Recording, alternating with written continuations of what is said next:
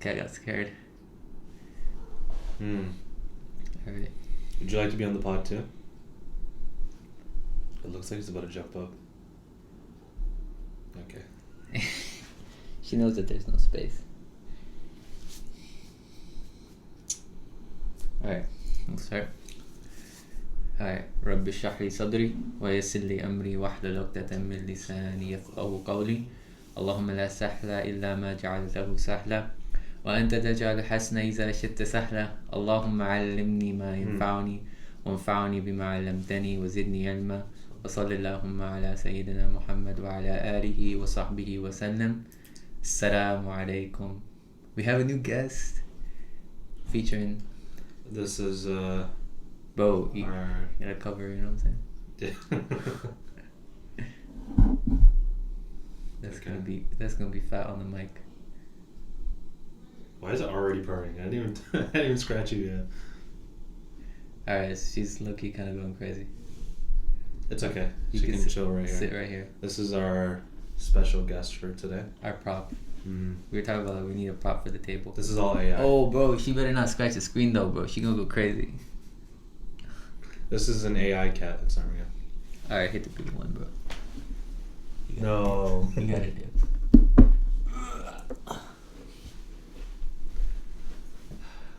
Rip.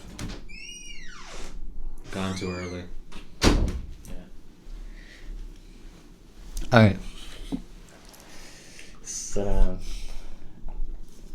So it's been a fat minute to get here, bro. It's been a long time coming.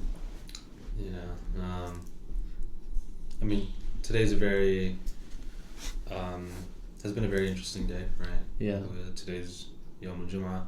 On top of that, today's khutbah was all about reminding us about the day of Arafah, which is tomorrow for us. Why don't we just start with that, I guess? Yeah. I don't know, it's pretty crazy. Honestly, like, in terms of reflections, like, there's Jummah right before Arafah too. Like, they give the khutbah to remind us about the day that's come next. But Arafah, I mean, we were standing out earlier today out in the sun, and just like the heat, the sun beating down, bro, that was just like killing me. I was thinking about all the Hujjaj, I believe that's what they call them, right? Hujjaj, yeah.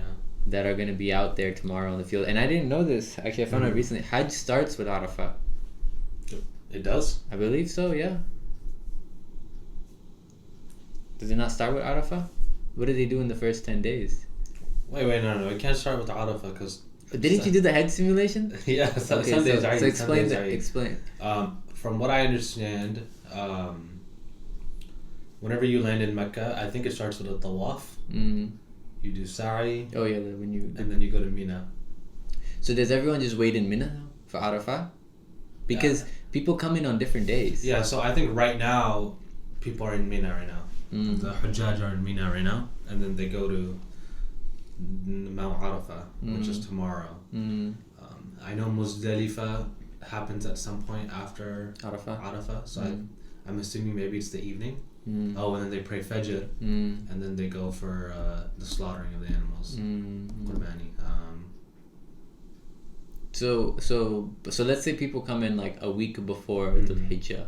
Yeah. Because I know people who came in like a week before, and then like there's some people who came in like last Friday. So as soon as you land, you do the tawaf of like coming. Yes, I think it's like the first tawaf that you do is the tawaf. And I know people, from what I remember my dad telling me, people do tawaf before they leave as well, just to get an extra the tawaf. Farewell tawaf. Yeah, the farewell tawaf.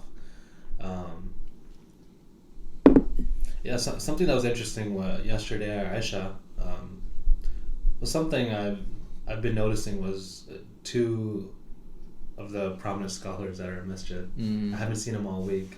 Yeah. And then I found out they went for Hajj. They both did. I thought only one did. Yeah. The Imam yesterday, right, that came in, he was talking about how like he made the intention and now he's there. And that's something to think about, because every year, as years pass on, do we make the intention every year that, okay, this is the year we're going to do Hajj? Yeah. Right? Because it starts with the intention. It doesn't start with, if you have the money. Yeah. Right? Yeah. Or if you have the time. Yeah. Or do you have the extra PTO days, right? It starts off with making the intention. For sure. So, inshallah, I mean, this next Dhul Hijjah, if we live until then, right? Yeah. Obviously, I would, like I've told myself, I'll make the intention, regardless of wherever I am in life, whatever I'm doing. Yeah. No matter how busy I am, I'll make the intention, and then I'll see what happens. Yeah, exactly. So, yeah, that's just like, it's always just like the goal, and then the means will just come about. Never like attach yourself to the means, or like, because I feel like we put this like idea that we'll do Hajj when we get older. Yeah. But nothing is guaranteed. You're not guaranteed that you're gonna live that long, right? That's one. And another thing is, like you're not guaranteed that you're gonna go, but even if you have the money, let's say, and you've applied and you've gotten the PTO, that doesn't mean you're gonna get the slot or the lottery. Yeah. Hajj, right? Yeah. But from what I've heard, it's a lottery system. Yeah. I don't know how it works, but not everyone gets to go every year. For sure. Yeah, and that's the thing. Like, it's getting more and more difficult. I mean, people always bring that up, man. The prices have gone up. Yeah. You know, and it is a very difficult process. But the intention is the most important thing, because Allah will make it easy if you have the right intention. Yeah, and something interesting about Saudi Arabia is, bro, they have the infrastructure and the money to hold like Hajj, right? When my dad took us to where Mina is, this past, not the past Umrah, the one before, right? That I went to, and bro, it's just white tents for like as much as the eye can see, right? And then when you go to Mount Arafah, where Mount Arafah is, there's like fans everywhere, like huge fans everywhere. Really?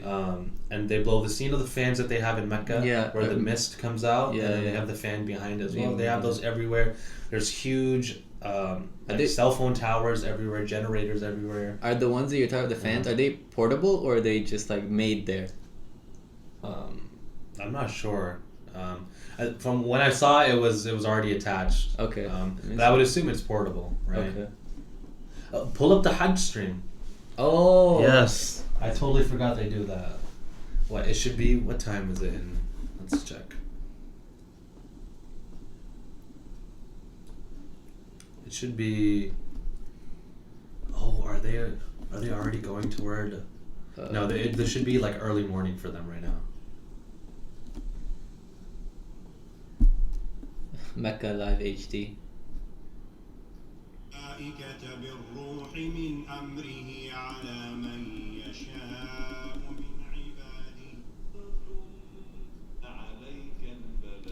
Oh my god, bro, look how empty it is. Yeah, everyone's out. Bro, I've never seen the Kaaba like this, empty like this.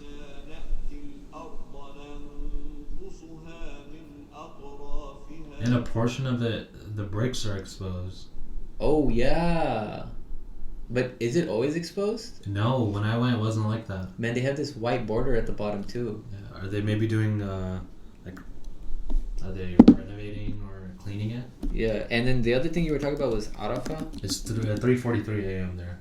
Arafah, so where are you saying the fans were? In Arafah, right? Yeah. Just go to the Hajj live stream on...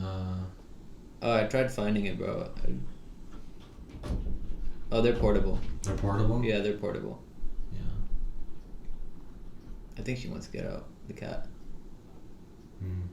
Okay. Oh, wait, go backwards. Just look at that photo of... this one? Go back to the Google screen. Even that. Yeah, let me get this guy. Give her the room out. It's touchscreen, so you can even... I love how they want to come in whenever they want to come in, and they want to leave whenever they want to leave. Yeah, yeah.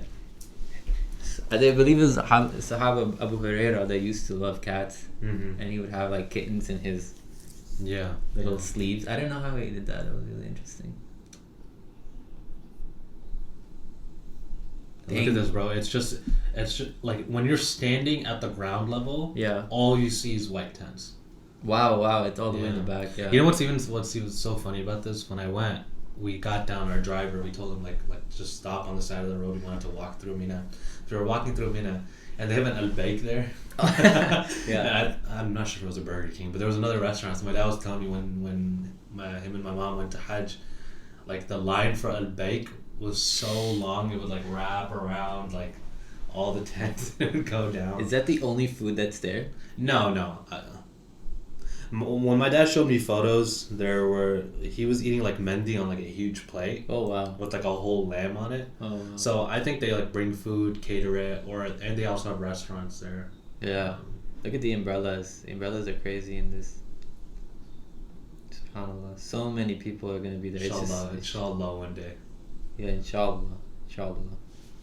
Yeah, bro. It's straight, just like you're like there in 2 pieces of cloth, and you just got like the words that you know. This might be one of the most important parts of Hajj, Yawm al-Arafah. So yeah. So, I just think that it's important. Like all of us that aren't able to go, we should try our best while we're still here. You know, we didn't have the opportunity to go, but I mean, I don't know. You know, some years you're able to go, some years you're not, and the years that you're not, you try your best even without it. So for people who aren't, they should be fasting tomorrow. Yeah. Praying tahajjud tomorrow. I feel like the timing is also really beautiful as well. As they said in Jummah today, it comes at this like perfect time where in Ramadan Shaitan was locked up, and then as soon as Ramadan's over, he's released, and it's almost as if Shaitan works his hardest to move us away as far as possible from how we were in Ramadan. Right? People might not be coming to the masjid as often. It might have been like a month now since we've maybe opened the Quran or even done dhikr, but then Dhul Hijjah comes in, it's almost as if like let's reset everything, let's realign our intentions for the coming year. And then Yawm al-Arafah, it's like the perfect motivation. Who doesn't want their previous year's sins forgiven and their next year's sins forgiven as well? Who doesn't want that? Right? For sure. So now we fast again, right? Yeah. And that, like, that's it. The timing's interesting, you know, it's like almost a month or 2 right after Ramadan, and on top of that, it's like you said, bro, it's like this checkpoint for the next year to come. You know, like Ramadan always feels like New Year's every year that it comes, but this is kind of like setting the path straight one more time before you shoot for the next year. And whatever you're striving for, you know, you really put your head down, and this is the point to, like, if things are going this way or that way, you make dua that Allah set it on the right path, right? So yeah, it's important. I think it's a good reminder that we start off with, just for ourselves, you know what I'm saying? Especially with this big day tomorrow, like, you know, we really got to lock in along with all the other Muslims. Yeah, I took a screenshot of something that I wanted to bring up. You probably already know this, but obviously I haven't fact checked this, so okay, but it was about the best time to make dua during Yawm al-Arafah. I think even in Jummah today, the Imam said there's a specific time, which is when your du'as are accepted. And the same thing on Yawm al-Jum'ah as well, right? On Friday prayer day, where I think it's between Asr and Maghrib where your du'a is accepted. So I've heard the same thing. I took a screen. Okay, I actually didn't take the screenshot. Yeah. But it was actually that the Prophet Muhammad I think it was after Dhuhr, he would dedicate his time to making du'a. Oh, after Dhuhr? After Dhuhr. But I could be wrong about this. It's just like a photo I saw somewhere. Something new. And that's the thing, like, when we hear bits like this, like, this is an important thing too, right? Even when it comes to hadith, you know, someone told me this really interestingly, that like the way, the authority that a hadith has over your life is related to how authentic the hadith is. So if a hadith is sahih, you know, and there's this thing concept in hadith called the golden chain, which is relates back to Aisha radiallahu anha. And so there's certain hadiths that there, and those are like golden, you know, they're like they set the standard. They have the strongest chain of narration. Exactly. Yeah. And so, you know, the narration chain is stronger, we give that hadith more authority versus, you know, other hadiths that may have a chain that's a little weaker. And sometimes even narrators will go through the chain and explain that, you know, this narrator in this chain is a little weak because of this reason. So, you know, so these are things to keep in mind. But to your point, like, it's like one of the reasons that I had heard once was, for example, let's say a person had narrated a hadith, they would look at the character of the person and his like history. For example, if he's had a history of maybe not saying the right thing or having false statements about things, they would grade the hadith differently than someone who's known to be trustworthy. Yep. So the whole thing is a really big science. Yeah. And it's like really interesting, and it's almost like a lockdown on like human narrations, because if you think about it, human narrations are susceptible to change over time. People play the telephone game and the things change. I think I remember I don't know, this example is crazy, but sometimes people say one thing at the beginning of the telephone, and at the end of it, it's like completely changed. And there's like 50 people in between. So who knows, through time and through generations, those things. So and people like to act like people don't have like malicious intent when it comes to things. Bro, just watch any recording on YouTube of the telephone game. There will be people who will change the message or whatever was said just for the sake of changing it. Yeah, just to make mess with people. Make it interesting, So, So it's important. But I think it's just like, to your point, the hadith is an important reminder to us that like we should, at least on the day of Arafah, be dedicating time to make dua. And have like a list of dua. I already kind of got like 2 or 3 things that I know I need to ask for. So it's like, you know, to prepare for the day, just you know, have things you want to ask for, and alternate between dua and dhikr and reading Quran. Like, these are things, like, obviously we're humans, we get tired of one, so we switch to the other. You know, we keep rotating and we encourage each other. So and another biggest thing that I've been telling myself is, on the day of Arafah, inshallah, spend your day at the masjid. Right, if Fajr, staying till Ishraq. Okay, maybe let's say you have things that you need to do after that time. You go back home or go wherever you need to go to finish your work, but you come back for Dhuhr and then stay after Dhuhr, right? Or if you need to go and come back, but spend some time after each obligatory prayer that we pray, to do some extra ibadah that you wouldn't do normally. Right? I agree. 100%. And the thing is, like, people might be lazy to do it, or they're like, oh, that's a lot of work, I don't want to do it. But who's to say you might not live till next Arafah 100%. to experience or to do stuff in the future. 100%. And that it means, I know people say that a lot, but it really means something like deep, because if you think about it, you are experiencing this moment right now, this day of Arafah, but you never know if the next year you'll get the opportunity to make that dua again, to ask Allah for maghfirah, or ask Allah for Jannah, to protect you from the nar, forgive you for your sins. Like, what if you never got that chance again? This was like your last chance to do it. Remember the not today's janazah, but the previous janazah, right? That janazah blew my mind, because I used to see this guy all the time. And when we were right before we prayed the janazah, the imam said, like alhamdulillah, he got to witness Ramadan, but do you think he knew that this would be his last Ramadan? So alhamdulillah, it always goes back to intention, right? Make the intention to take advantage of it, because you might not see it again. For sure. But it's that saying, life is a privilege, right? But privilege is invisible to the people that have it. And you only realize your privilege once it's gone, once it's lost. But for us, once life is gone, it's too late. Right? There's no going There's back. no sitting there going, Ya Allah, give me another chance. That door is shut. So the cat is like killing that door, bro, and she's gonna rip the carpet out. I think we should let her in. I think so. I think she just really has something to say. She got her like 2 seconds of fame, bro. Alhamdulillah. Yes, jump up. It's fun until you get all the cat hair on you. I'm gonna go home and my cat's just gonna have like a brain aneurysm. She's gonna be like, "What is this? Another cat? You know, you've been around other cats."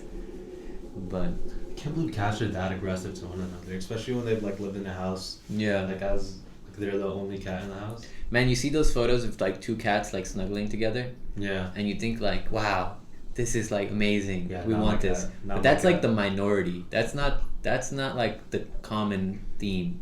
Have you seen the YouTube channel where they put the camera on the cat's collar? And they're like straight throwing hands outside. They're running like full bro, the agility of a cat blows my mind, bro. It's like running full speed and then cutting corners.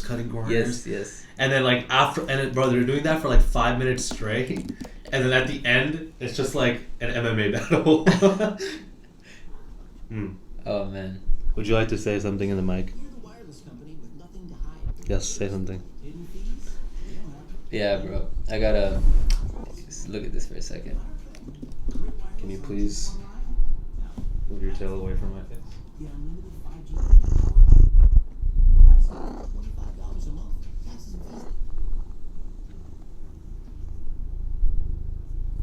Yeah, I find this crazy. Why is it at 10 times speed? Oh. She's gonna go crazy with the mic. There was also another one I saw where it was a cat on the rooftops of Istanbul. Oh. And it's just like going up, and then it'll like go to the edge, look over to see who's down. Yeah.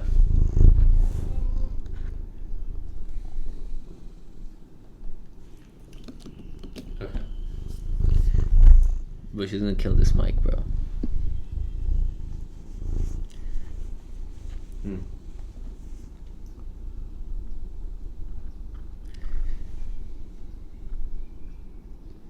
Yeah, don't let her drink out of the cup. She's gonna get bad habits. Yeah, so actually, bro, it's really interesting. I wanted to share something with you. That I was kind of like I read like some ayat so this is kind of weird because the mouse is like a little bit below when it goes over. But so I had read some ayat some time ago from Surah Sad, and essentially I think it starts at 17 if I'm not mistaken. But this is the story of Dawood alayhi salam, and what's it called? Dawood alayhi salam. This is the story of whenever, I'm sure you've heard of the two people who climbed the wall, came into his palace, and asked him to judge between them. Yeah. And here he talks about. So they said, one has wronged us, so judge it between us the truth. I'm gonna throw her on the ground, bro. So, bro, she's pissed.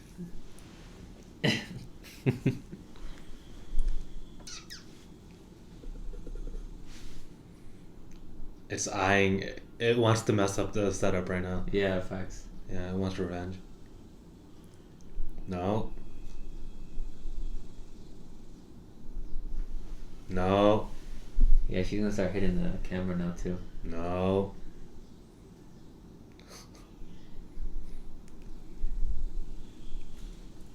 Alright, that's good. Okay. So the story of the two men who climbed over the wall and snuck into Prophet Dawood's palace. Yeah, so they basically told him that they were brothers, and that he has 99 sheep and I only have one, and still he asked me to give it up to him, overwhelming me in his argument. So I read this, and then Dawood alayhi salam basically ruled that he wronged you, and that in demanding for your sheep back. And basically he got some words that Allah subhanahu wa ta'ala had tested him through this, and that he asked Allah subhanahu wa ta'ala for forgiveness, and he fell in prostration asking him for his forgiveness. So this story was just in the back of my mind. Okay. And then I got summoned for jury duty. Wait. So there was one guy who had 99 sheep. Yes. And then another guy who had one sheep. One sheep, yes. And what did they both ask Prophet Dawood? So the one who had one sheep came to Prophet Dawood alayhi salam, and he told him, like, he has 99 sheep and I have one, and he's demanding for my sheep. For his sheep. And he's overwhelming me, so judge between us. And he said, he has definitely wronged you in demanding to add your sheep to his, and certainly many partners wrong each other, except those who believe and do good, but how few are they? And then he realized that Dawood alayhi salam tested him, and he asked his Lord for forgiveness, fell down in prostration, and turned to him in repentance. So this is like a story, essentially like, the story was just going through my mind. Sometimes you just read a little bit, and then you're just like, oh, what is this context? Sometimes, you read a lot of the stories in the Quran, and then you don't read the context, and then, subhanAllah, I got summoned to jury duty, and I was there, and the experience was very, I would say, like, kind of opening in this sense. So I came there, and it was just like, I went pretty far, I'm not gonna lie. Like, it's like low-key kind of the Hunger Games. You're just like, you get picked randomly. So it's like, as any citizen. This is your first one, right? Yeah. Okay. So maybe it's my second one actually, because I think the first one I got canceled for. Then that's the case for most people. They get canceled. But this one I went kind of far. So first I got picked, then I came in, and there's like, you sit in a room with like 65 people. Okay. And then when you're in there, they have like a presentation playing, and then they have like cheesy music going on. It's like the craziest thing. It feels like a fever dream, because it's like a courtroom. Like you come into a court, not a courtroom, you come into a courthouse. and you're sitting in like these like. Did you have any like intrusive thoughts? Like just like abruptly stand up, order in the court. No, I did not, bro. I low-key was there and like I was just interested to see how this was gonna play out. Like I was in my mind, I wanted to know if it really looked like the real courts that you see on TV. And then they played us a presentation, right? And it was just like going on, and they were like check in at the front and stuff. So when you say actual court, so there's a section for the jury. So I'll get into that part. Okay. That we haven't gotten into the courtroom yet. That's why I clarified. Oh, okay. You walk into the courthouse, which is like a giant building. It's huge. Yeah. And then they set you into this room for just a jury, 65 people. And then they have this like presentation playing, and then you're at the front, and then they finally start, right? So they start, this guy comes at the front and gives this presentation, and I don't remember anything in the presentation except for the fact that it kept playing movie clips about juries and about people in the courtroom, and then it's like all the things you were talking about, like order in the court and all this stuff, like, I don't know. You want the truth? You can't handle the truth. They played that. Really? Yeah, they played that one. I was like, and that's, who's the actor in that? Jack Nicholson and Tom Cruise. I think maybe it's that one. And they played some really old movies too. It was really funny. A Few Good Men. Few Good Men. Wait. I think that's the one. Is that the movie? Yeah. Okay. I think that's what they played. I think they definitely. Man, if I got that movie wrong, like I have to give up my title of. Is it like some popular movie or something? I think it's popular. Have you seen it? I've watched it, but like I know older people know that movie. It's like a movie from the 90s. Oh. Okay. Yeah. It's like a Tom Cruise movie. Oh. Yeah. But yeah, it was crazy. I was there, and then they basically like. Wait, why were they playing movie clips though? Bro, I have no idea. I don't remember why. Do you think they were like trying to be relatable? I think they were trying to make it enenjoyable. Because a lot of people look like they didn't want to be there. You have to realize, like, you took off. Man, I would have enjoyed that. You would have enjoyed that. You'd have been like right in there. Oh my god, they picked that one. They forgot this one. And then they stopped playing it, and I go, hey! Yeah, it was. I'm watching it. That was really funny. They did that, and then afterwards they did some other stuff. They gave us a break. I went and got a muffin and stuff. We came back, and it was really funny, man. They essentially brought us back in, and then they started calling out names. And did your name get called? Yes. So everyone. I thought only certain people were gonna get called, but everybody's name got called. Like you get called to the front of the courtroom? No. So you get called, and then you go out of the room. And then you go out of the room. I don't know. I'm explaining it. It's gonna make sense in a bit. Okay. So they call you by some random order, and then you go out to the courtroom, right? Yeah. And then I got called at the very. Bro, that's like getting kicked out of class, bro. That's so embarrassing. Bro, it was a walk of shame. They called everybody. Yeah. They called everybody. It was so funny because when they called the first person, or like the first 12 people, because I think everyone had the impression that they were only gonna call 12 people and everyone else could go home. Oh, okay. I thought that too. So they didn't call me for like forever, and I got called at like number 59. So I was like, then I got there and I was like, oh, they called everybody. But the first 12 people were like pissed. And then everyone else was kind of like relieved. But then they slowly start calling everybody. Yeah. I got there, and then I got to the front, and they set us in order. And they gave us a card that had our number on it. Yeah. Then we went upstairs, and they put us in lines for our numbers. And then we went into the courtroom. Oh, so this is pre-entering the courtroom. Pre-entering the courtroom. Oh, for some reason I kept thinking like you're in the courtroom. Yeah. And then they make you leave the courtroom. Nah, this is pre-entering the courtroom. So we got into the courtroom, and it was just like an interesting scenario. It literally looked like everything you see in the movies. Right. Like there was a judge in the back, and there was like. Wait, open up a picture of the courtroom. I've never been to jury duty yet, so. Yeah, it literally looked like almost this. Maybe not this one. Oh, it looked very similar to... No. I don't want to search up the one that I specifically went to, but maybe I'll stop. Dox yourself. Yeah, let me... Okay.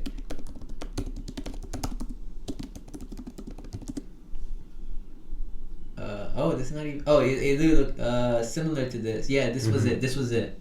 But it was mirrored. So the judge was on this side, the jury was on this side. Okay, wait, click on the photo. You know, we should click on the photo so it doesn't say like the city name.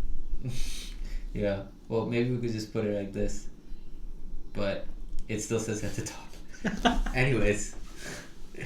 But Yeah, it was really interesting. So basically, we came in, and this is when it got really interesting. So I sat down, and I was kind of stressed a little bit because not stressed in the sense that I didn't want to get picked. I was kind of like, if I get picked, I get picked. If I don't get picked, I don't get picked. I don't really know what this is about or what this all means. This is a little bit over my pay grade.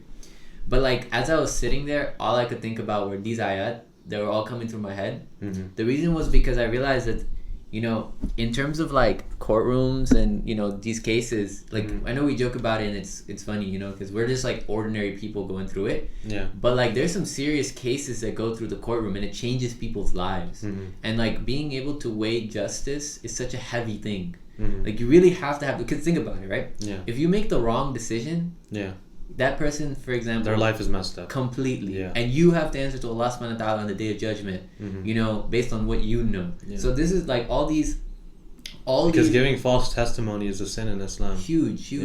And not only that, but it also makes you think, bro, like, man, like the person who's giving the judgment, that final verdict, right? And that's kind of what then kind of put a little bit of stress on me, because I was thinking, like, if Allah puts me in this position where I have to serve on the jury, then like it's gonna be a tough thing. So to put it in perspective, the way that the trial worked is you don't get your judgment by the judge, you get your judgment from the jury. Does that make sense? I didn't know that before I went in. Wait, say that again. You don't get you do not get your verdict of innocent or guilty from the judge. You get it by the jury. The jury decides. But I thought the judge has to make the final say on the matter. No, I thought that too. So movies have just been tricking us this whole time. It's not very accurate to the T. So the way that it works is that the judge. So before the court case starts, and I'm learning this all while I'm in the courtroom. Before the court case starts, you the lawyers, who is the defendant, first decide whether if the verdict or the punishment is going to be decided by the jury or the judge. This is pre-hearing. Pre-hearing. Okay. So they decide that first. Okay. But who gets to prove if you're innocent or guilty is the jury. After that, you get another hearing to decide your punishment. Bro, that's not even like fair. What if you have ops in the jury? In the jury, yeah. So but it's interesting. That's why they brought us into the courtroom. So they brought us into. There's 65 people in there, and there's only 12 people that get picked. And to be on the jury. To be on the jury. So what happens to the rest? They just go home. But the reason there's 65 people is because both lawyers on both sides of the case get to ask questions to the jury, and they get to pick the 12 people that they want on the jury. So they both sides. Both sides. They want the most impartial, unbiased people. Yeah. That's why they want 65, because they're gonna eliminate most of them. Okay. So that's kind of how the whole structure works, and that is all this stuff I'm learning while I'm there. And I'm just thinking to myself, well, that's kind of like, that's like a lot to figure out your first time. Like you'd want someone to explain these things to you before you go for jury duty for first or second time, but and you're just like kind of waiting there, and then you're like seeing all of this. It's kind of like. And the thing is, bro, it's really interesting because most people they don't even get summoned for jury duty. If they do, they don't get to the court case. They don't come that far. Yeah. They just get to the point where like they get canceled the day of, or they show up and then they're telling them to go home. But this was like the first time, I think, for me and a lot of people that were there that got that far.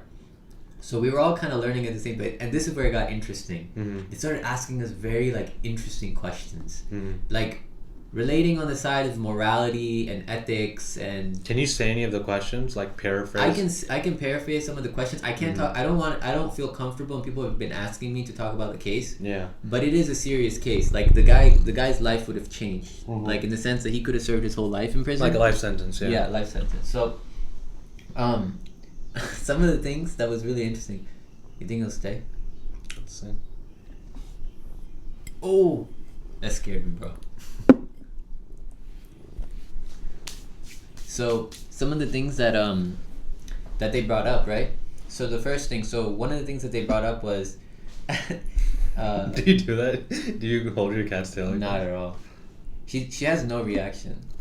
So yeah, that's interesting because my cat. We're getting off topic, but okay. My cat likes it. Like he doesn't care, but other cats hate it. Oh, when you grab their tail? Yeah. Yeah, she doesn't mind. I don't think she minds that much.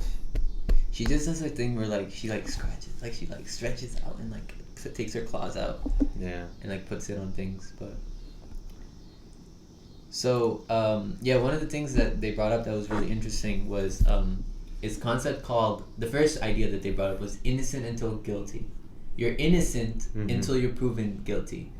If that makes sense. That makes sense. Yeah. So I thought that was interesting. Isn't that usually kind of the saying for all cases, or is it different? But it's the reason that they brought it up is because the person who was accused of the crime, he was there.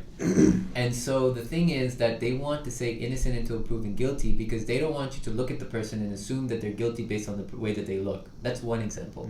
Okay. Because of your own personal bias, because of the way, the way you were brought up and stuff like that. Yeah. So that was an interesting aspect. Also, innocent until proven guilty, when you hear the charge, sometimes that just makes you think like, oh my gosh, like this person should be it. Like this person is it. You know what I'm saying? Like he did such a terrible thing, he deserves to do this or this.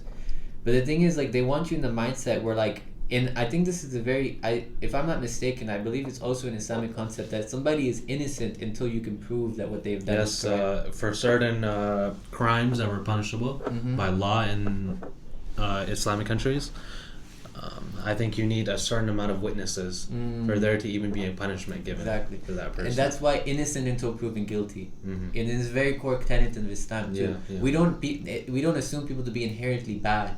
Like you said, like we need the witnesses. There needs to be solid evidence.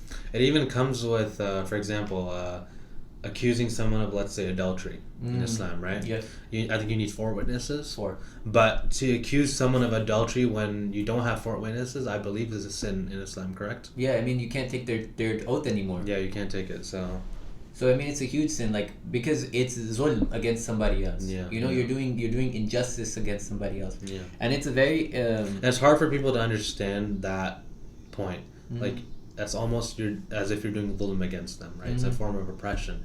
Because most people have never been wrongly accused of something, right? Only when you have been wrongly accused of something and then you feel all eyes turn on you, right? You feel as if the whole world is against you just because someone said something about you, right?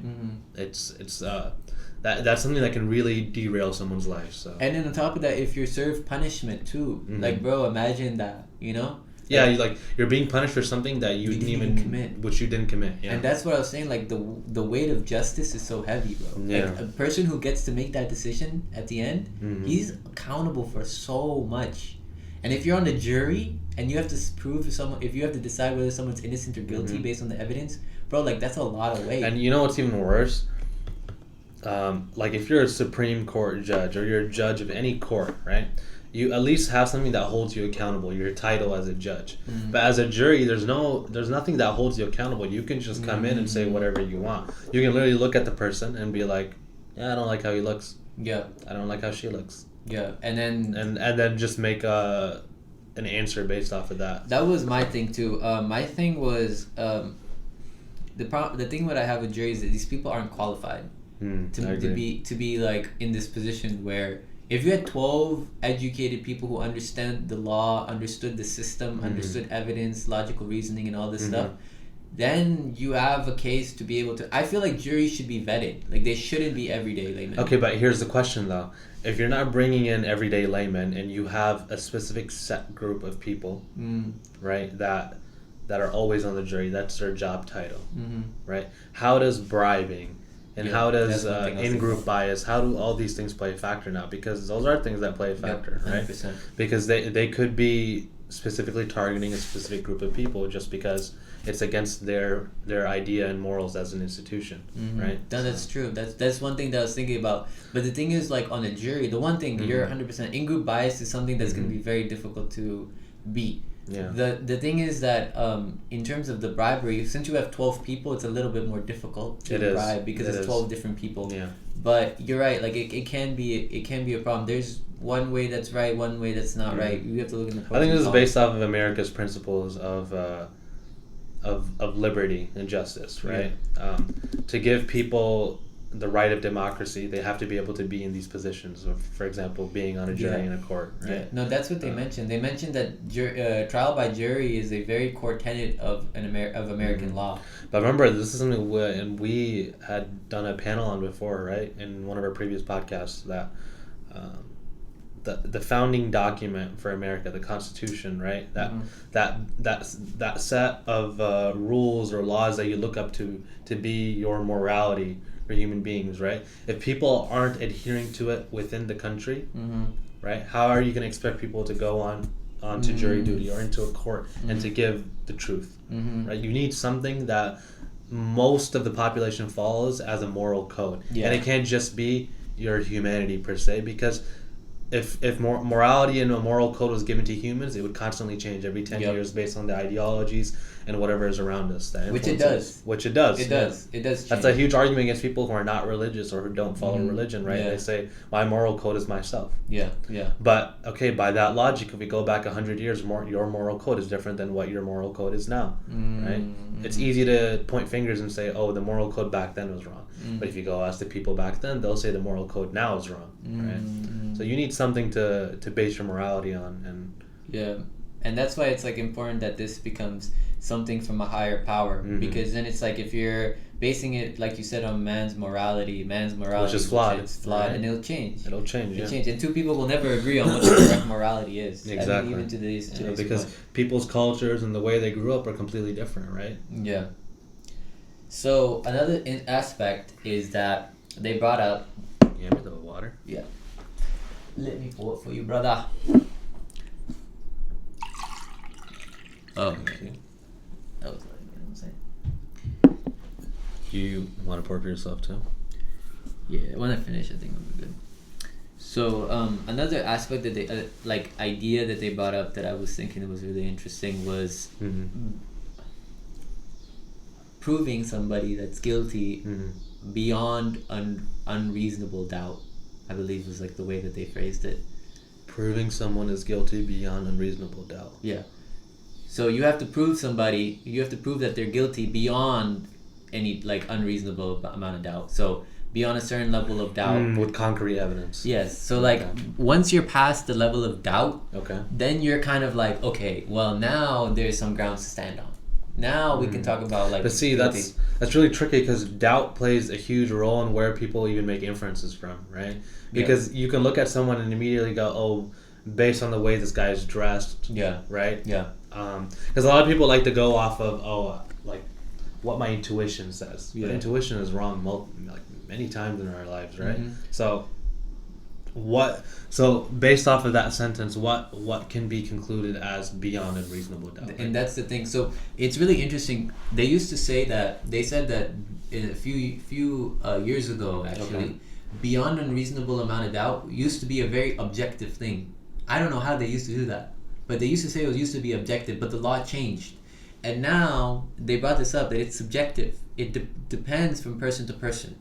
And that's in the law now. It's saying that unreasonable doubt can be something that's subjective. I mean, it's naturally a subjective thing, right? It is naturally a subjective thing, your level of doubt, we know when you pass. Oh no, that's not. Hey, we gotta watch her, make sure she won't scratch it. But he's just trying to cross over. So the unreasonable amount of doubt might be sit. She's like, all right, I'll sit. So unreasonable amount of doubt is very subjective. You're correct. Like. In my understanding, its nature is subjective because you may have a different level of doubt than me, right? Like I may be certain on something, and then like doubt is like I just push it always out. But then like you were like, oh, even if I had the little bit of doubt, and that's even more volatile in America because America is a mixing pot of cultures and people from different countries. Naturally, people who come from an area where it's their country has only been their people, right? They're gonna have more bias, like we talked about, in-group bias, right? I don't understand how subjective morality is supposed to play a part when there's in-group bias involved, especially in a country like America where people are from different countries. Like how are you supposed to balance that? There has to be something in the law that makes it clear cut to where. But I don't think it'll ever be clear cut though, because it's like evidence, right? It's like one witness is saying one thing, one witness is saying another thing. You know, one thing that I thought was, but to your point, melting pot of cultures, I think that's a good point though, because what happens, right, is when you have a melting pot of cultures, like you might have people on one extreme, like one or two people that are on this extreme, and another two people that's on the other extreme, and then you just come to the balance. Because what the jury does is that they come to a thing called deliberation. So they deliberate. They go and they decide amongst each other. Like the jury amongst themselves. Exactly. Does that happen in the courtroom? No. So they outside. Go to out separate. So it's unbiased. But what happens is the lawyers present all the evidence, and then they go and they deliberate. So when you were in jury duty, was it like, okay, the jury leaves and you guys all go So did he do it? And then like why like it's like raise your hand if you think he did it. And then like 5 people raised their hands. And it was like, what? So you guys didn't think he did it? It was so obvious, bro. Yeah. No, bro, it was big. So they didn't get into any of the evidence. But what was interesting that you brought that up though is that when we left, the only thing we were talking about was like, oh man, I want to leave. I want to make up. They were like, I want to make up some excuse to leave. That's like that's what I heard other people. One person. Well, they should incentivize it then. That's what I'm saying. Make jury duty incentivized. Exactly, but you get paid. You know that, right? You do. You do get paid. It's not a lot, but you do get paid. Then raise it. Raise it. So, but it's, because if people are more incentivized to go do jury duty, they're less likely to maybe lie about something or put less effort into making a decision, right? Yeah. I realized that you have a bunch of unmotivated people. That was the problem. And someomes life depends on it. Yeah. That was like one of the things that I was like kind of iffy about. I do like the idea of bringing. Now that I'm talking to you about it, I do like the idea of bringing I won't say laymen, but like ordinary people, everyday people in together, like from different backgrounds and different cultures, because then you come to a more like generic conclusion, you know, and more like an understanding and like just like people have different backgrounds, so their biases kind of weigh out. Yes. But true. Yeah, that's one thing that I just think I was trying to figure out a way to make it more. Bro, she'll like turn to the corner of the door and like really rip it open. She can open doors. Like she can stretch to the doorknob? No. If it's like slightly open, she'll push it with her head. You know, my cat's opened my like front door? No, door to my room when it's been like locked, not like clicked lock. Yeah. Right? But where it's been just closed. Wow, she jumps. And then I'll jumps. Yeah, because he's a big cat, right? Like he'll stretch up, and I'll hear like the click of it opening, and then he'll just like trot in. And I'll look at him. He'll look at me. Yeah, your cat's like a monster, bro. Yeah. An absolute unit. Yeah. So. Yeah, I wrestle with them. I do. Do you really? Triangle? Yeah, I work my like reflexes with them. Like, you know when you're like going up the stairs and there's like railings and like cats will stick their head out it. Oh. So I'll go up to that and I'll bait him to like swipe at me. Yeah. And I'll just like work on my head movement. That's so funny. And then I'll like start talking trash to him. I'm like, bro. Weak sauce. This is like what your reflexes. Yeah. That or Coach Ty kicking me suddenly in the middle of Muay Thai. That's actually a pretty good one too. Shout out to Coach Ty. If you ever see this. Inshallah. So yeah, it was an interesting experience though. But just like some things I was thinking about was just like just the weight of justice. You know, then they got into like more specific things. They talked about like, witness is the highest level of evidence, but then the witness is also so one lawyer. It's interesting because they brought both sides. So one guy was the first lawyer. She was like, witness is the highest level of evidence, you know? But then the other lawyer was like, witnesses are subjective because you thought you saw a gun, but it was actually an iPhone, you know? Or, for example, like, are you telling the truth? Yeah. You know? Like, did you really see what you saw? Yes. So these things, like, they brought up these ideas that was interesting to me, that even witnesses, are subjective. And I just thought to myself, subhanAllah, like, at the end of the day, like these courtroom cases, we'll try our best to come to the right conclusion, but Allah subhanahu wa ta'ala only knows the unseen. So these courtroom cases, is this after a full investigation has been done? Like, for example, let's say it's a serious crime. Yeah, so the person who's being charged is innocent, but there's evidence, and so they're persecuting them based on the evidence. Okay, so now next question. This is on the local level, right? At the city level, the county level. As you go up in the rankings of the courts, let's say you go up to the Supreme Court, there's a jury there, I'm assuming. Is that also like people who are just like normal citizens of the city? So or is there like now a picked jury for the Supreme Court hearing?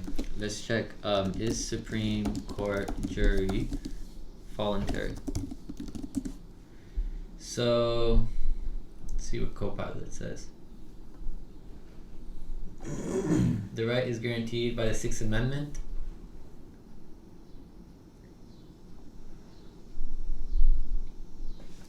Oh. So, I'm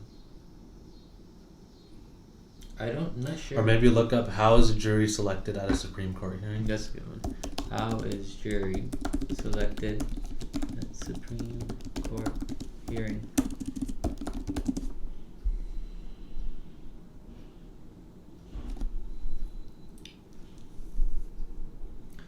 Yeah, so it's the same way.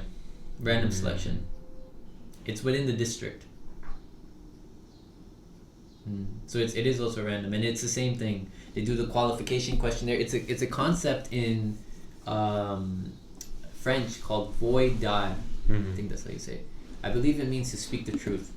Okay. So that's the whole process that it's called. So random selection, and then qualification, and then picking and all that. So yeah, it's the Sixth Amendment, but according to what they were saying, that the person who's getting persecuted can decide to waive it. This defendant can decide to waive it. There is some wiggle room in that. Okay. And then just have the judge, right? But then the jury is also like a nice one to have, because you can have, a group of people, and if your evidence is compelling enough, then you can, go with that. So it's a... So let's say you're at jury duty and a case is being presented and a verdict is made. Let's say it's the guy's not guilty. Oh, also, like usually in movies, right? Like, does the defendant... Wait, no. The guy who's being prosecuted, does he come in like normal clothes? But he comes in the suit. But yeah. The suit, okay. And then let's say the verdict is him going free, right? Does he just like walk out of there? I guess so. That's kind of like, yeah, I think so. I think he would just walk out. Yeah. He comes in a suit? Yeah, he came in the suit. The guy that I was seeing. Yeah. But I think it was an interesting experience. Do you think like their lawyers tell them like, oh, dress up nice? I think so. Think so? Yeah. They even tell them don't talk. Because this is an interesting thing, right? Yeah, because you probably have a high chance of saying something which wrong or... Yeah. Because there's a lot of pressure on you, right? Yeah. You don't want to say something which can be held accountable against you. On top of that, they also said sometimes the person may be innocent, but because of the fact they're not able to articulate themselves in it well or speak in a way... Might make them look guilty. Exactly. Yeah. Exactly. So but then they even said... Yeah, because, bro, if I'm standing... Okay, I'm not going to say if I was in the jury, but if we're like, let's say someone's accused of something and they start tripping over their words, you're immediately going to be like, this guy's lying. Yeah, so that's... And he even said, but this is also interesting, he said if they decide not to testify, you also can't hold them against them either. But that's hard, because if you're like, oh, he didn't speak, this dude is hiding something. But that's you can't do that. That's what they were looking for in the questions too. So it's like, you have to be completely unbiased and only... Bro, do people who are bro, I didn't even know all this stuff when I was before we started this podcast. I'm learning all about this now. I mean, I was learning it while I was sitting there. Bro, there. this is really scary almost, because we're the next generation of the people who are going to grow up in America, bro. People should know about this more. Bro, and that's why I was bro, subhanAllah, that's why I was I felt like it was so important to bring this up. You know why? Because it was going back to what Dawood alayhi salam. That's why he fell in prostration when he found out it was a test from Allah subhanahu wa ta'ala. Because the weight, bro, it's so heavy. Justice, being in the court, deciding on people's lives and their sins is so heavy. It's not we've taken a false sense of responsibility on ourselves as humans, thinking we can decide amongst ourselves. But we really can't, because we don't know all these things. Even if we come up with the best scenario, even in the law of this land, right? Yeah. We come with juries and judges and all this stuff. There's still flaws that we talk about. I feel like this should be taught in school. I agree. 100%. In high school, whatever district you're in, the district should send people who are going to give a presentation about how in a few years you might be getting called in for jury duty. This is the process about it, right? This is how you do it. 100%. I agree too, because when you learn, and I feel like it should even be interactive, where they actually bring you to the courthouse. Yes, that's even better. But I also feel like parents do probably explain to their kids as well. Maybe, but even if it's just as a ummah, we need to talk about this. Living in America, bro, we need to know how the system works. Yeah. You know, it's sad that we don't even know how court cases really work. I thought there was just a judge, and he's like, you're innocent, you're guilty.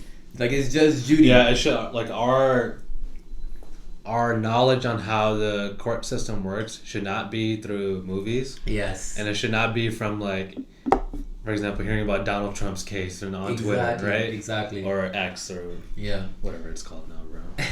I mean, they call it tweet and they say Twitter, but it says X everywhere. Yeah. You say you can't X, you tweet it, you can't X it. or about what the United Nations Security Council is doing. Yeah, no, but they have a really good way of teaching that one. It's called Model UN. Have you heard about it? Model UN? Yeah. No, I haven't. So one of my little cousins, he does it. And he always talks about how he dresses up in a suit, and then they go to these conferences around, like, they have a bunch of schools come together. Yeah. And they basically sit there and they reenact. What do you mean schools? Like high schools or? He's in middle school? Oh, he's in high school, one of the two. Yeah, he's like either like 8th, 9th. Yeah, he's very like in there. But they reenact past hearings in the UN or past like propositions. Okay. And they reenact it. So he'll pretend to be like Dick Cheney about the Iraq War. Yeah, and so he was Dick Cheney, and he was like grilling him, coming up with all these lies and all this stuff and weapons of mass destruction, and then it's just like, but it teaches you a lot about the geopolitics though. A lot. Yeah. I think you liked it, bro. You should do it. I should go do that. You should do that. You just like cream, bro. Like the middle school version or the one that's my age. Ever looks over? It's like, what's up, guys? I mean, you're still pretty young, bro. You can do it. But yeah. I should be doing the actual United Nations at this point. Sorry? At my age, I should be doing the actual United Nations. You know, facts. But the thing is, we don't even know how the system works. That's like, we need to figure out, bro. That's like the first step. Like, we gotta figure out how everything works, and then we can be like, okay, Bro, this was like when I got my ticket for the first time. Yeah. And I got it not in the county that I live in. I got it in a different county. Where were you driving? Oh, okay, don't say it, never mind. Not say it. All right. But it was in the county that downtown is in. Right? Yeah, so it was in downtown. Yeah. So the office was in downtown. And I went there and I was like so confused. I like parked and I went in and I had no idea what was going on. I remember I went up to like 2 or 3 police officers. I was like, this is my first ticket. What do I do? Sir, where can I pay this? I wasn't even like that. I just went in. I dapped up the cop. I was like, I'm so lost here. Where do I go? Yeah. He started laughing as well, and he like pointed me to the. Oh, then you put his gun at you. It's like I haven't even asked my question yet. You dab him up and he points his gun at you. Oh man, it's so funny. Bro, speaking of funny story, I went somewhere and there was a security guard there. Okay. And he was asking, and like I had got called in for an interview. Yeah. Okay. And he was asking me who called me in for the interview, and I was like trying to, like, I didn't know his name. I forgot his name. Okay. So I was like saying, oh, it's the brother. Like I didn't say it like what's up, brother. I didn't say it like that. I was like, oh, it's the brother. And the security guard looks at me. He's you mean brother or brother? I was like, both. Oh man, what does he mean by brother or brother? And you answered the question, you're like, both? Oh man, that's so funny. I mean, he met both criteria. That's what I was saying. But that's such an odd question to ask, bro. Like, you're the security guard, like, which one do you mean? Yeah, I know you were in a Muslim establishment. I was. Brother or brother? Oh man. Yeah. So man, it was interesting. I don't know. SubhanAllah. I think that definitely we need to teach this aspect to us.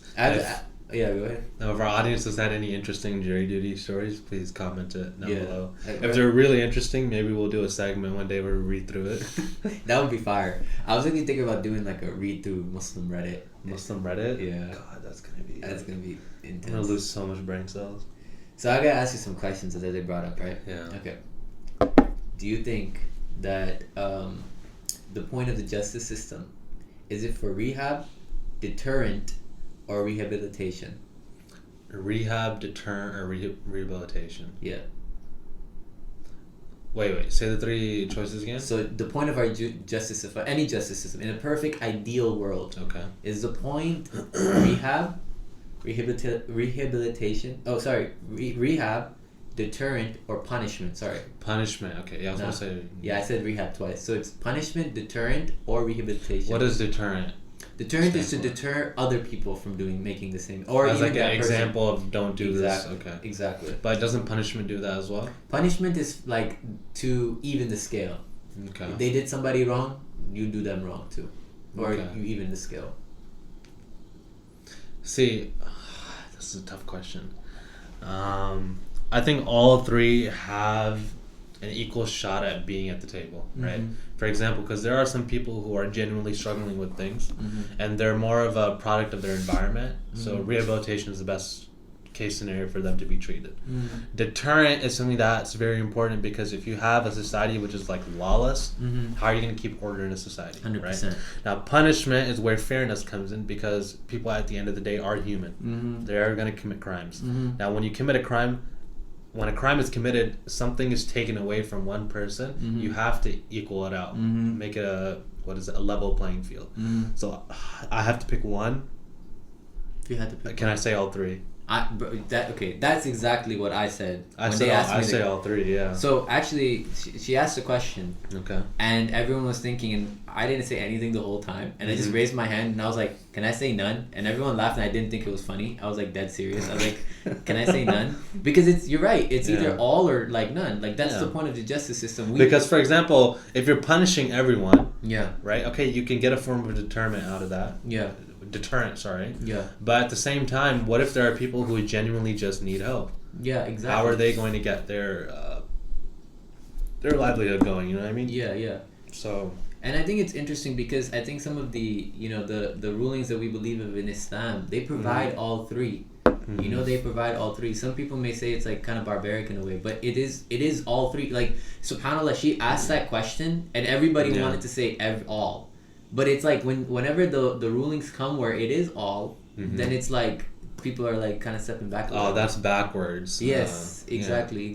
But really, that's the point, to punishment, because we also have a concept of expiation of sins. So it's a punishment to even the scale, but also to expiate your sins. Also a form of rehabilitation, because when you go through a punishment, like, or there's some kind of rehab, like, it helps you get out of it too. That's like the point of the justice system.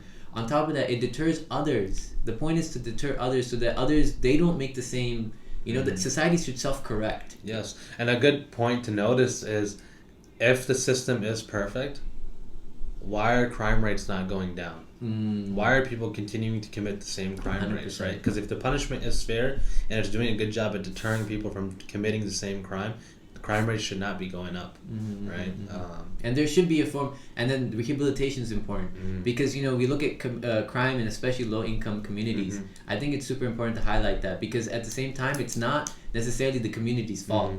It's the fact that there's not enough rehabilitation or support in that community, or this is a very common thing that I've noticed, that these people will come in and they'll open up liquor stores, and they'll open up like lottery ticket stores, and they'll open up these things that are detriments to society. Casinos. Specifically in low-income communities, hurting the community, not helping them. Like, they'll open up fast food places, they'll open up all smoke shops. You'll see a bunch of stuff. But you'll never see a grocery store. You'll never see like even like proper built schools. That's education is so important, right? You'll only see a Whole Foods in like the nice areas. You'll Sprouts see in a nice areas, and then you'll see the cheap food there too, where you can order from the front. McDonald's and a Burger King are like side by side. Yeah, the joint forces. Yeah, they don't even have Chick-fil-A. No Chick-fil-A. No Chick-fil-A. No Chipotle's. No Starbucks. Chipotle. Even though even those are in like middle income, but you'll notice these things. Like, these are just things that are important to pick up. But it was an interesting question she asked though. I was like, wow, like, what is the point? And I saw a good mix of everything from everybody, bro. So they'll ask a question and then they'll go 1, 2, 3 all the way to 65.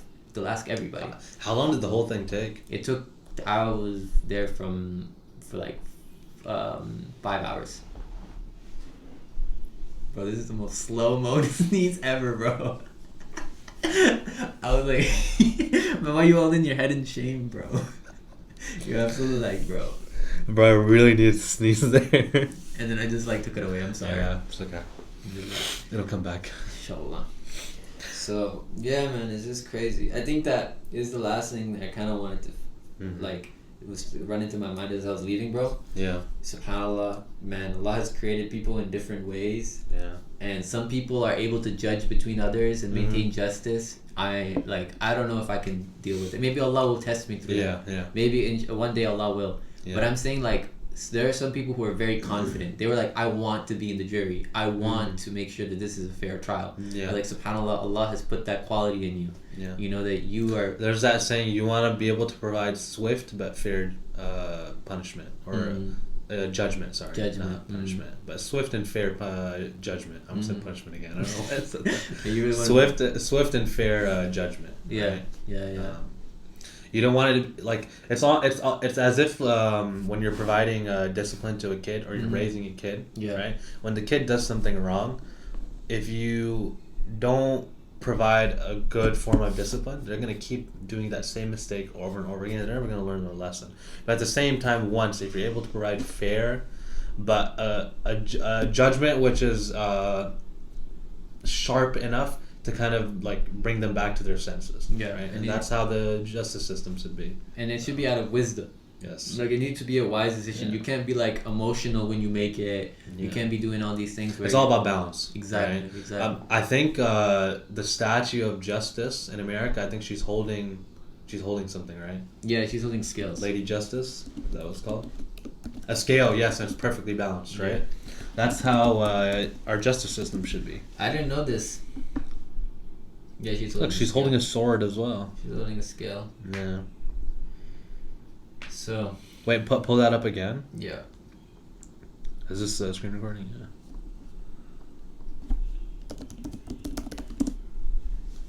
Bro, I'm sorry. I do not like Bing. I don't know what this is. Oh, this is the White House. Sorry, side note. But this was like during a Trump rally, I think. I don't know how I came across this, but like this dude took a 360 photo in the middle of a Trump rally. Wait, go back to that sign. What does that say? Not that one. Keep going. Right there. Trump? I don't know, bro. It's some Coptic Christian. I don't know. I try not to get into these deep stuff too much, bro. They are like, okay, so it's called Lady Justice. Yeah. This is from Rome, correct? It's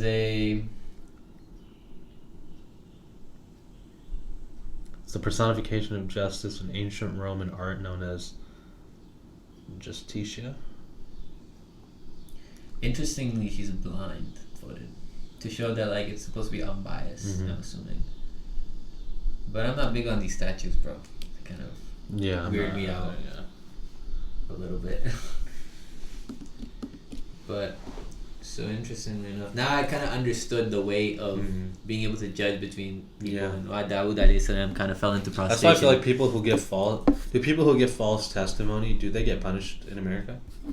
False testimony? In court? I believe so. Let's see. False testimony in America. Crime.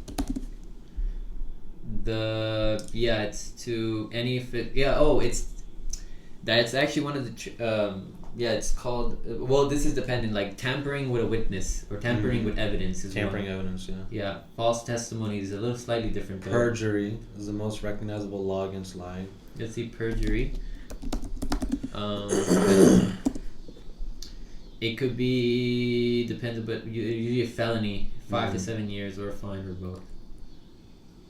And then I think they'll retry. They'll do a rehearing on the In some jurisdiction, perjury does not even result in death. May still be sentenced up to life imprisonment for the person committing perjury. Yeah. Oh, see, in Texas. Yeah. Texas is wild. I know they've been doing some crazy stuff out there. But yeah, that was an interesting experience. I'm very thankful to Allah subhanahu wa ta'ala that He sent me there. Yeah. I learned a lot, and it just opened my eyes up. Like, we need to really learn more about this stuff, bro. Yeah. Like, just how the system, we live in this country. We have to know how the system works. Just as like Muslims and as citizens of this country, right? Like, who would say it's a bad thing to know how the jury system works or how the justice system works? Yeah. I think like there are 3 things that I think every American, just American in general, but we'll add in the other point of Muslim American, right? You need to know the history of America, right? The United States, starting from its inception. You got to know the economic background of America and the economic machine of America. And lastly, you need to know how the government works. Yeah. How every institution under the government works. Yeah. Right? Whether it's at the local level or whether it's at the national level. We have to know these 3 things. And the thing is, we learned it in maybe middle school, high school, maybe even college, but we took it at what most students do is they take this as a boring subject. You listen through one ear, and then as soon as the test is done, it goes out through the other ear.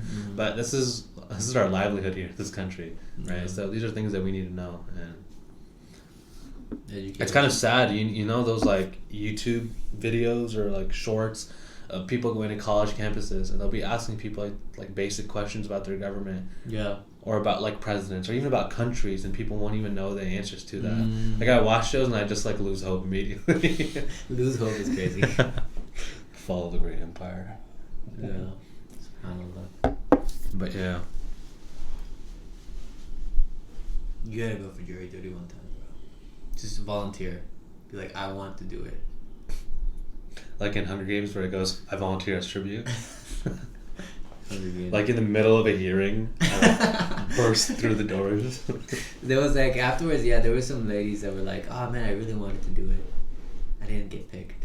And I was like, "Oh, for the 12 that was on the jury." Yeah. So the way it works, sorry, and this is the last part, but the way it works is that you're ordered from 1 to 65. The first 12 people are the jury. Done deal. But then when they ask questions, they then eliminate people. So then, like, the first 12 might not be there anymore, and so I think the last person was like 50 something.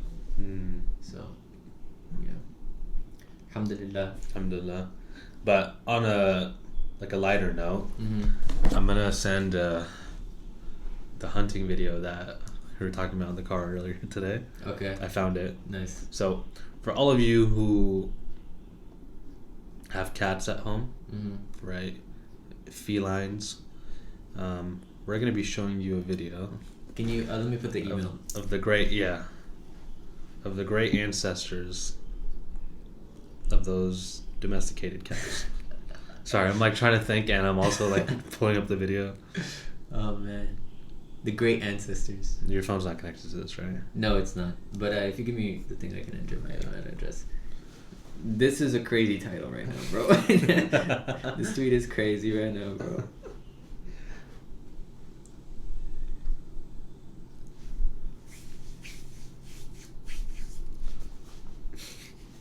Oh, bro, I'm waiting to see this. Hold up.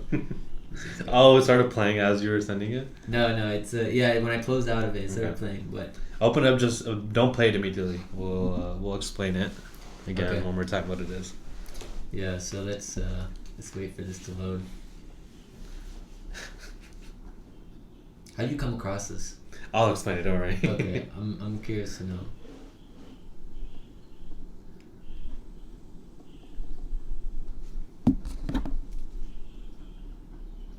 Son. I don't know. We're having some technical difficulties, huh? Maybe check junk. Junk? Okay. Dang, we're gonna put yourself there already. Junk.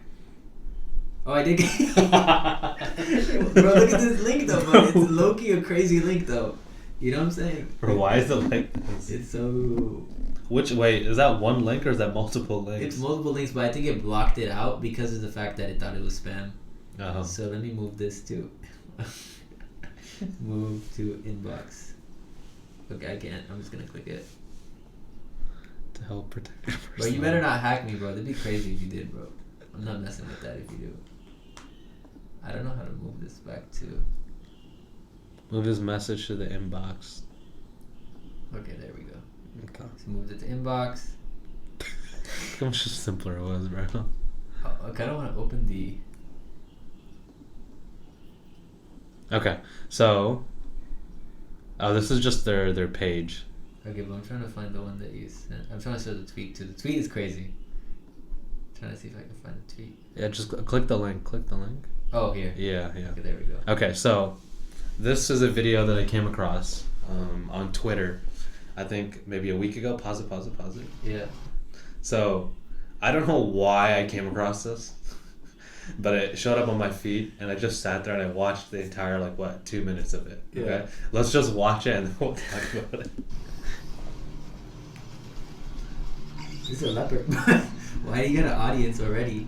Is there any way to put volume up? Oh Wait. my god! wait, did they put words over it? What do you want me to put? Just play it. It's okay.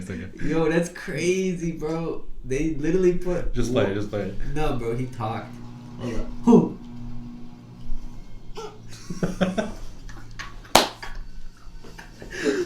the way they cut this is so funny, bro. It's so dramatic. Jaguars are the most aquatic. Jaguars. She'll have more. Bro, the way it's swimming is so stupid. When prehistoric killers lurk, waiting to drag their victims under. Oh man. I wonder if I put my cat in water, she'll swim like The that. trap could snap shut. You should try. She hates water.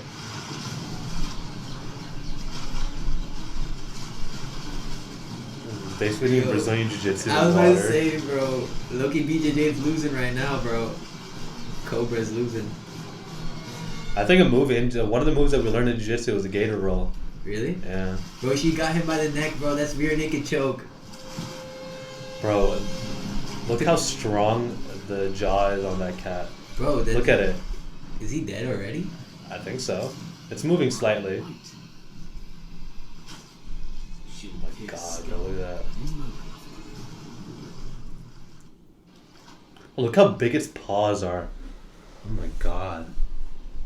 But this caiman is much more than a mouthful.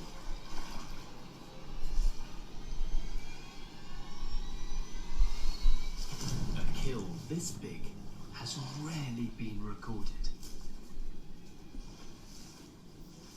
What's so funny is, It will feed her. before it killed, I think that's a crocodile or caiman, I don't know what that is, but it had already killed like a python or like an Yeah. anaconda, Yeah. and it was eating that, Yeah. and it dropped into the water and it went after that. That's where this animal attacks the jaguar and the jaguar kills it. Bro, it was so quick. Bro, please play the capybara like reaction in the beginning. That's what I was saying, bro. I wanted to go back to that. Yo, that's so fire, bro. Wait, play from the beginning, like where all of them are looking. They're like, no way. But look, it like bites the jaguar. They're like, no way. Carl, you saw that? Why did they make that noise, bro? Wait, what's that animal called? Capybara. Capybara. Bro. Bro, these animals are so weird. They're so weird. Noise. A minute long of just its noise.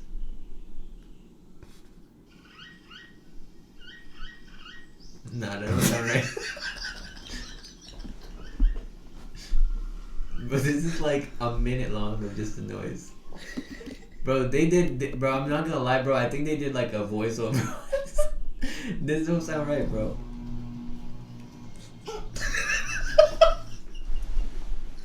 Bro, do you see his two teeth, bro? Look at his teeth. Wait, bro, go to the page. Bro, there's some other videos on this that are crazy. That's actually so crazy. Go down. I don't know what that is. Just go down. Just keep scrolling through.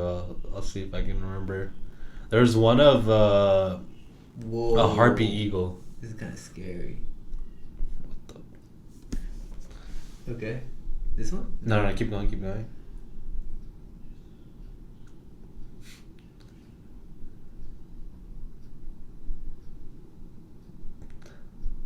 I think I've seen this video. Look how you're running. Okay. Bro, that's when you're like scooting towards someone and when you're on the floor in close guard. And when you start like slowly moving toward him. I don't. I just go straight into Ashigarami. I think it's gonna be in a random order because I'm not. No, this in. is not in. Yeah, because I'm not logged in. So okay, look up harpy eagle. Harpy? Harpy eagle. Would it be or a P? P. And look and put it standing next to a human.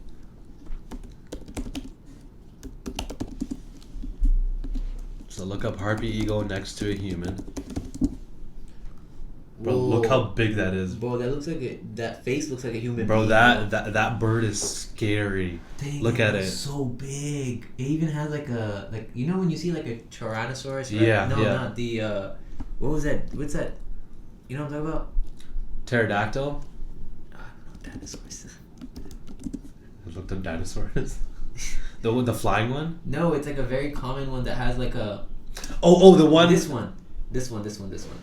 Oh, Triceratops. You know what I thought? You know in Jurassic Park where the one that opens up like this? I thought that you were talking about. No one, yeah. But bro, like it literally has the same thing. Yeah, but look up how big its wingspan is. Harpy eagle wingspan. This is huge. From 5 feet to 6.5. 6.5 feet feet wingspan. Taller than me, bro. Yeah, and now look up an albatross. I think it's albatross. Albatross eagle next to human.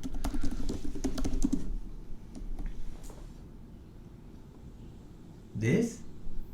Yeah, look. 9.5 foot wingspan. Whoa. Bro, it's the size of a Cessna plane. That's scary, bro. That's actually scary. Look how big this, bro. Yeah. And there's also Andean condor or condor. You see that on the top? Andean condor.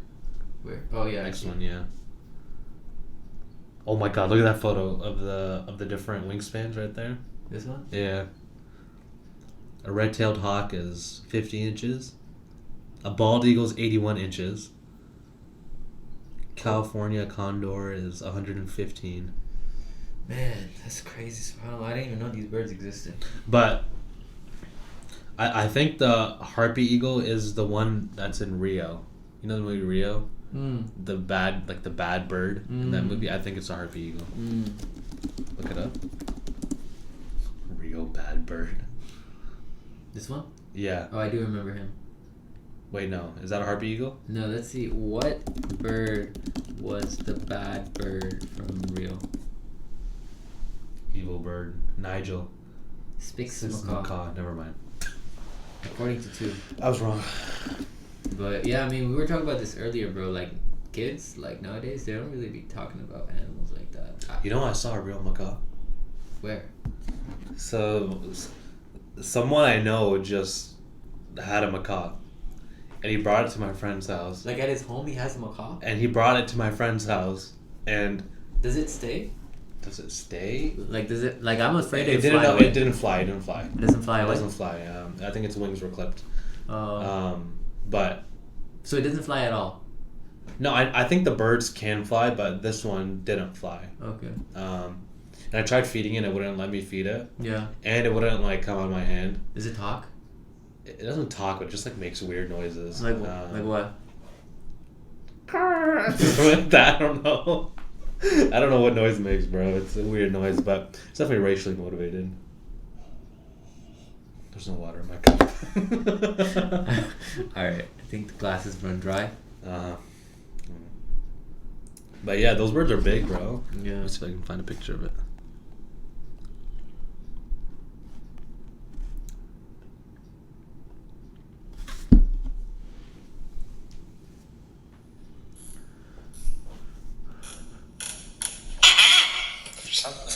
That was so loud, bro.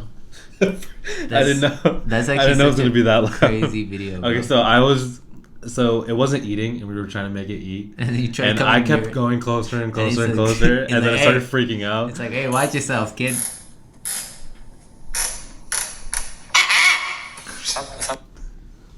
Does it talk? Do they talk? No, I don't think this one talks. But yeah, I think there's some that like mimic your voice, right? Yeah. Wow, that's pretty crazy. Yeah, ravens are my favorite birds. Ravens? Yeah. Like the ones you see outside? Yeah, the ones that like are walking on the floor for some reason, even though they can fly normally. Such weird birds, but no, they're fire. I agree. I like how they look. Like their neck, it has like a perfect head, you know. Yeah, I was gonna say that it's just like so classic, you know. You see them everywhere. Yeah. And they're always like digging through trash, just trying to make it. You know what I'm saying? What? They're pretty tough birds, bro. Like they live in like, you know what I'm saying? They live in, I was like, yeah, it's my favorite bird. You're like, yeah, they're such cool birds digging through trash. Yeah, they dig through trash, bro. Yeah, that and I mean hawks are pretty cool as well. Not a big bird person myself. Owls, I like. Bro, I saw a real life owl. Wow. 2. Wow. And I saw... Like face to face? Yeah, I saw this dumb opossum walking, like, trying to cross the street. And then I got scared by the cars or whatever. And I just fell on the floor and started playing dead. That was like the dumbest interaction I've ever seen in my life. I'm like right there next to the road, on the road. You're going to get run over in like 5 seconds. Yeah. Like, at least step off the sidewalk. So, Yeah. But owls are like, there's such rare sightings to see an owl. yeah. I saw one on like a stop sign in the middle of the night. Whoa. Yeah. That must have been crazy. Yeah. Well, I was like driving by and I'm like, bro, what is this thing on top of that? That must have been scary. On top of the too. what do you call it? The stop sign. And I like get closer and it's just like an owl perched up. Whoa. Yeah, those. Bro, they can scary. like rotate their heads all like, the way. All the way. So I bet that was so scary to see, bro. Because it's like an interestingly shaped bird. I want a hawk like as a pet. Like a horse, a hawk. What else do I want on my farm? You know those hawks that send letters? Yeah, that's that what I would be want. fire. Yeah. That would be fire. Some donkeys. Chickens? Chickens for sure. I already had chickens, right? So more chickens. Cow? I would want a cow, but I feel like if I can't get one cow, I'd have to get multiple cows, you know? Same thing with horses. I wouldn't be able to get, like, I know they're very social. Oh, yeah, animals, You would right? have to get like 2 or 3. Or I'd have to keep it in, like, a stable. A horse for sure. Chickens for sure. Like goats. Specifically rams. Did you ever go for like qurbani and like you pick out the goat and you like hold it by the horns? Never. And like wrestle with it? Have you? Yeah. Did you do the qurbani yourself? I'm doing it Monday. Oh, inshallah. Inshallah is the plan. First one. Where are you going to do it at? Oh, somewhere nearby? Somewhere nearby, yeah. Okay. It's the same one that we normally go to. So this is my first one where I'm actually going to do it. Yeah. But I've seen it up close of my dad doing it. You know. Right? But this time I'm like, okay, like I'm getting older, like You got to do it. I gotta do it, you know what I mean? That's good. I didn't think about it, but maybe I should do it too. Yeah, you should do it. Yeah. Are you guys send me the place? Yeah. Inshallah. Alright, I think we gotta wrap it up here. Yes. Let's wrap Let's it up. make a quick dua. Yeah. Ya Allah, Ya Rahman, Ya Rahim, I ask you that you please forgive us for any mistakes that we did. Please put barakah in the words that we said. Oh Allah, best of speeches belong to you, Quran al-Kareem, and let it be a light for our lives. Allahumma salli ala Sayyidina Muhammad wa ala alihi wa sahbihi wa sallam. Ameen, Ya Rabbil Alameen.